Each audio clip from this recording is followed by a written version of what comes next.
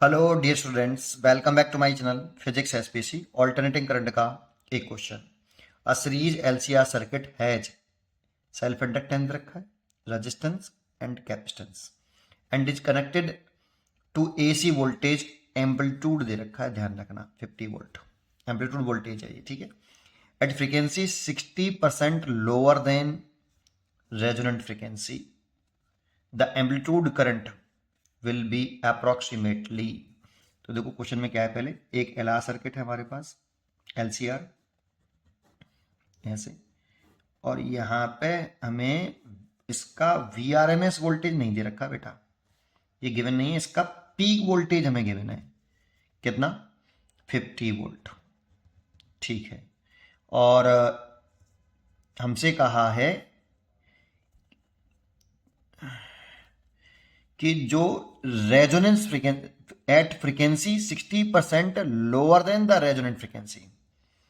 तो जब आपकी जो फ्रीक्वेंसी है वो रेजोनेंट फ्रीक्वेंसी से 60% लेस देन है, ऐसे ऐसे लिख लो, या फिर 40% लिख दो डायरेक्ट। देखो 60% लिखा है तो 40% रह जाएगा आपका, तो 60/100 इंटू ओमेगा, ये रेजोनेंट फ्रीक्वेंसी और ये फ्रीक्वेंसी है। तो आप लिख सकते हो इसमें कितना, 100 माइनस के 60, 40/100, ये रेजोनेंट फ्रीक्वेंसी, ऐसे ये हमें गिवन है बेटा। आप डायरेक्ट लिख सकते थे, जब 60% लोअर देन है तो 40% बचा, या फिर ऐसे लिख लो, एक ही बात है। अब बात आती है कि जो रेजोनेंट फ्रीक्वेंसी होती है ये होती है 1/रूट के अंदर एलसी। देखो कंडीशन ऑफ रेजोनेंस याद है आपको, पहले करंट लिखते हैं आई आर एम एस बराबर कितना, V R M S upon impedance. अगर जेड मिनिमम होगा तो करंट मैक्सिमम होगी। तो सीरीज रेजोनेंस सर्किट किसे कहते हैं? ऐसा एलसीआर सर्किट जिसमें करंट की वैल्यू मैक्सिमम हो, और करंट को मैक्सिमम करने के लिए जेड की वैल्यू मिनिमम करनी पड़ेगी। तो जेड जो होता है वो रूट के अंदर R square plus XL minus XC का होल स्क्वायर होता है। अब इसमें तीन केस हो सकते हैं कि एक्सएल ग्रेटर देन एक्ससी, तो सोच के बताओ, देन जेड जो होगा वो आर से बड़ा, आर से छोटा, या आर के इक्वल। अगर एक्सएल ग्रेटर देन एक्ससी है तो एक्सएल से एक्ससी घटाएंगे तो कुछ वैल्यू बचेगी, उसको आर में जोड़ोगे तो जेड ग्रेटर देन आर आएगा। और एक्सएल इक्वल टू एक्ससी ले लेंगे तो जेड आर के बराबर ही होगा। और एक्सएल लेस देन एक्ससी ले लेंगे, अब सोच के बताओ, जेड आर से बड़ा, आर से छोटा, आर के इक्वल, अभी भी जेड आर से बड़ा रहेगा, क्योंकि जब एक्ससी एक्सएल से बड़ा होगा तो माइनस में लग रहा है ऐसा कि माइनस में आएगा, स्क्वायर करेंगे तो पॉजिटिव हो जाएगा, अभी भी ऐड ही होगा बेटा, ऐड हुआ तो जेड ग्रेटर आर। तो इस वाले केस में ये जेड की सबसे छोटी वैल्यू है आर, मिनिमम वैल्यू है बेटा, और ये रेजोनेंस की कंडीशन है, इसमें करंट मैक्सिमम होगी।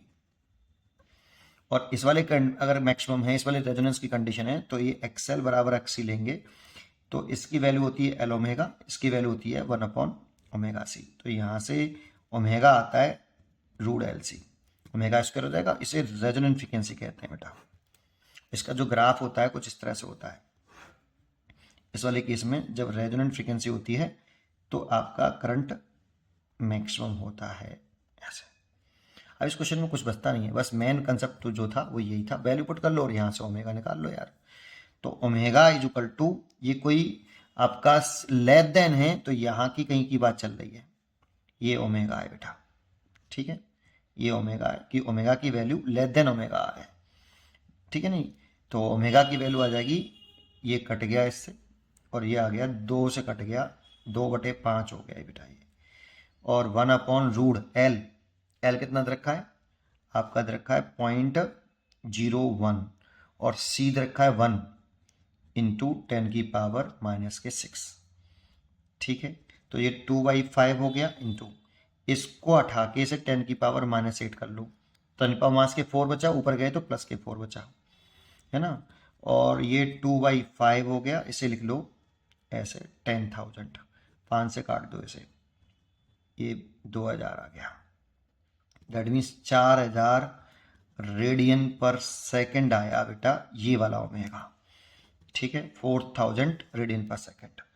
अब नॉर्मल क्वेश्चन बन गया, इस पर रेजोनेंस तो है नहीं बेटा, इस वाले पॉइंट पर, तो इस जगह पर आपका जेड इज इक्वल टू जो होगा, पहले एक्सएल निकाल लो R, XL is equal to L omega, L है 0.01 और ओमेगा है आपका कितना 4000, तो 44,000, इसका सब मल्टीप्लाई करेंगे तो ये 2 जीरो से 2 जीरो कट जाएंगे, 40 ओम आ जाएगा।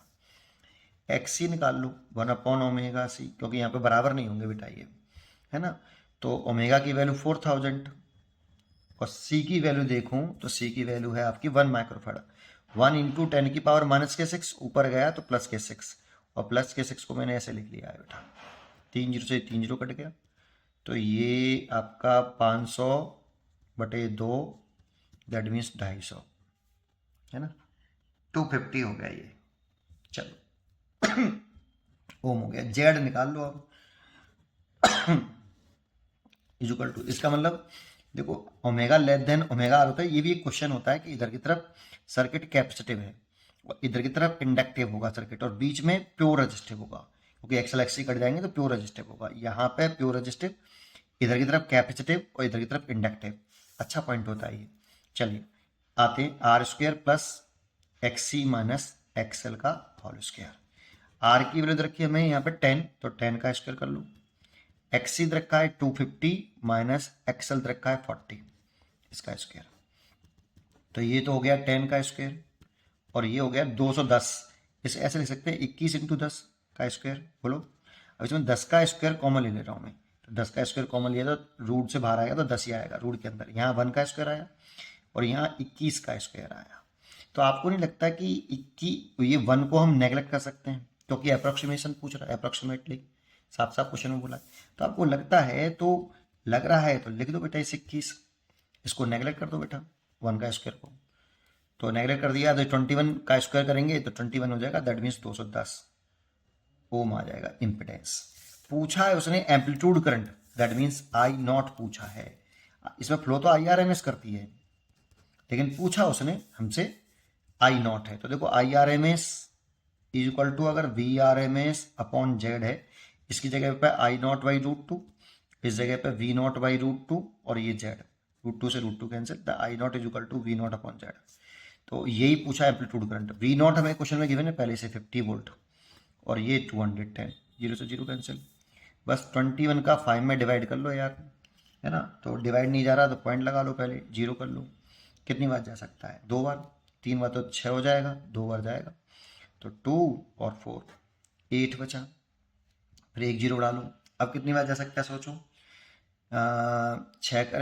3 बार करेंगे तो 6 हो जाएगा, 7 बार करेंगे तो ज़्यादा हो जाएगा, 3 बार जा रहा है, 3 एकम 3 और ये 6, 63 हो गया। और ये बचा आपका 17, है ना, 1 0 और बढ़ा लो। अब कितनी बार जा रहा है सोचो, तो ये करीब करीब 8 बार चला जाएगा भाई। थोड़ा सा देखो शुरुआत में ही बस वैल्यू देख लो, ये हिसाब दिख रही है यहाँ पे 238 है, तो बेटा ये सॉल्व करके नहीं, 0.238 एम्पियर आ रहा है ऐसे। वो मिली एम्पियर में दे रखा है, तो 1 एम्पियर में 1000 मिली एम्पियर होते हैं, 1000 का मल्टीप्लाई कर देंगे इसमें तो 238 मिली एम्पियर आ जाएगा बेटा।